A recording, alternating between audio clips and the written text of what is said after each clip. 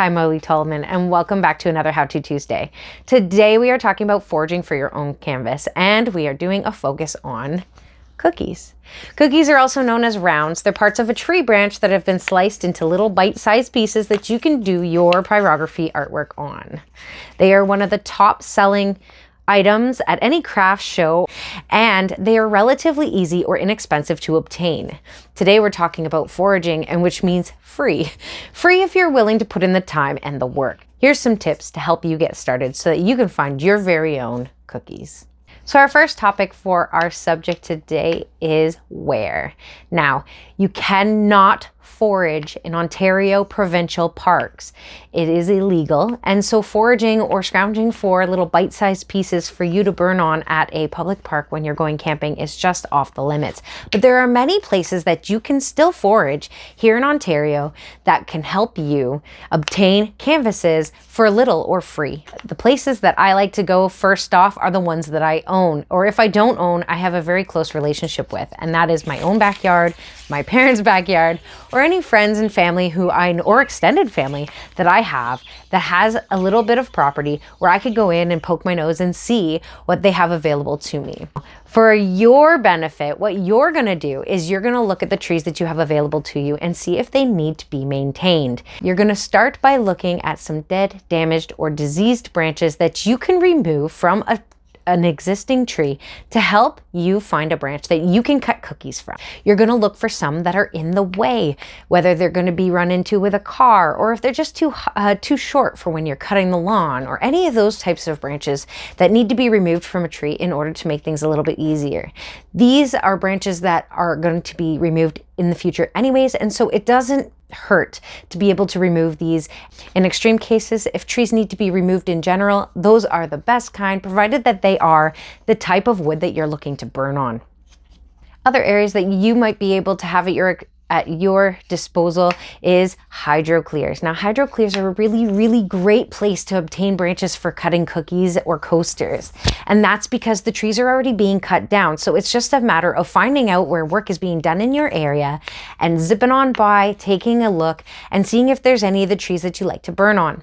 At that point, you want to make a contact, or you want to talk to somebody on the job site and see if it is okay at the end of their work that you may be able to pick through the branches before they send them through a chipper. Usually with hydro clears, they do all the cutting first and then come back with chippers.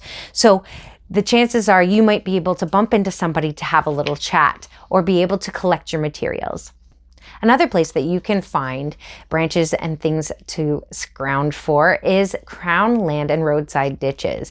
These are places where it's natural to forage and to find wood that would be valuable to you.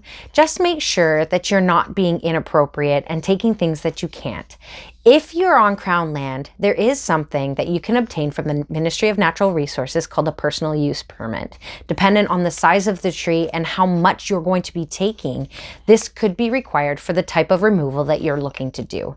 If you're looking for a small branch or some opportunity of something that's already falling on the ground, chances are you don't need permission. You can probably just pick it up and take it home with you.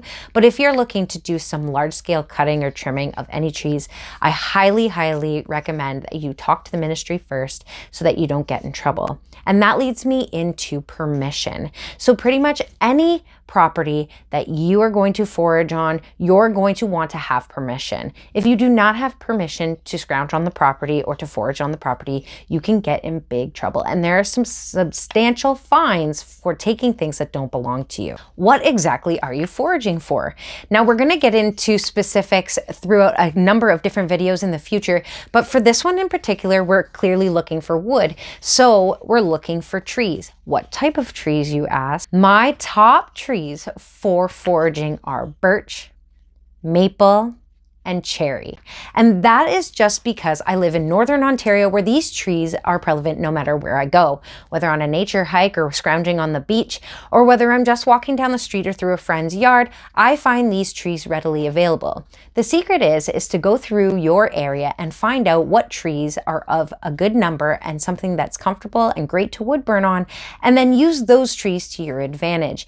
I cannot exactly tell you which tree is going to be the best for you, but know that the one that you're going to forage for is one that's popular in your area, that's safe to burn on.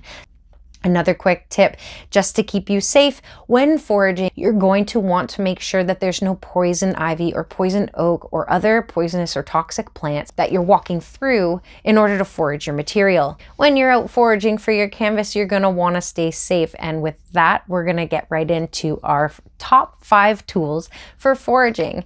So my top 5, the number 1 on the list is your tree identification book. It's pretty hard to go and forage for branches on certain trees that you don't know what they look like. And so by taking a book along with you, you will be able to identify the type of bark that your tree has so that you can easily identify the trunk or the branches of the tree that you would like to forage from. Number 2, wear gloves. Gloves are important to make sure that your hands don't get cut up, but you will also find that it's a secondary safety measure to keep you from getting into trouble when things like poison ivy are present, or if you are not 100% fully practiced with a knife. Just having that little extra protection can keep you from making some small nicks and cuts on your hands, and it just keeps everything a little bit more safe.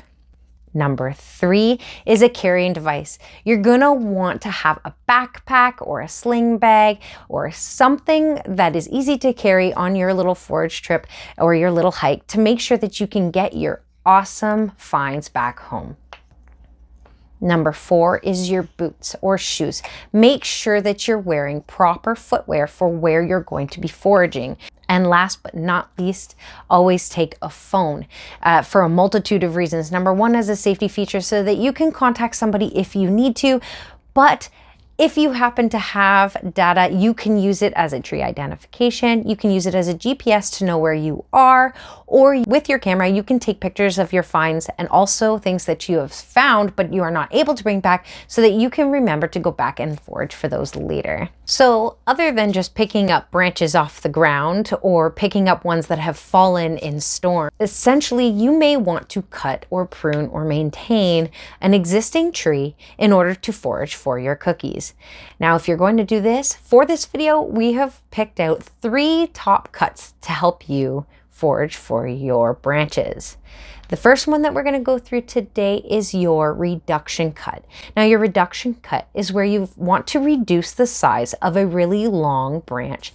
And so you will cut the terminal portion, which is the leader or the straightest portion of the branch, back to a lateral stem of a sufficient size. So a sufficient size would usually be about 1/3 of the branch that you are going to cut off of it. This proper prune cut can help you on your own property, but it can also help you when you're foraging to make sure that you're leaving the tree that you're foraging from in the best condition that you possibly can. It's important to respect where you're foraging and make sure that you're making the cleanest and happiest cuts possible for this poor tree. Number 2 is a removal cut.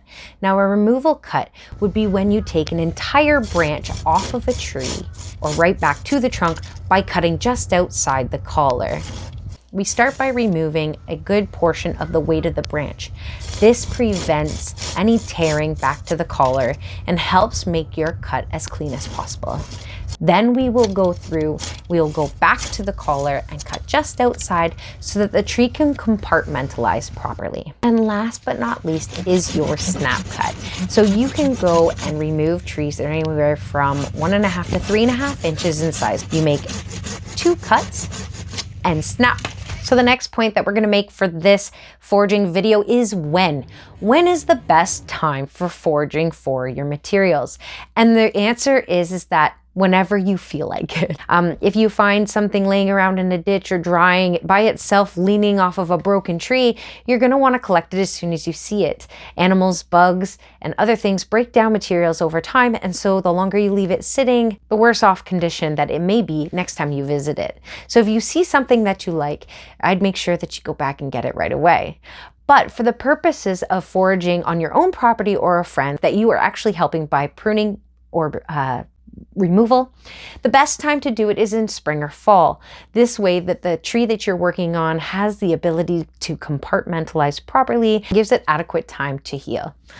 For the purposes of foraging for bark, you're gonna wanna harvest your wood in winter.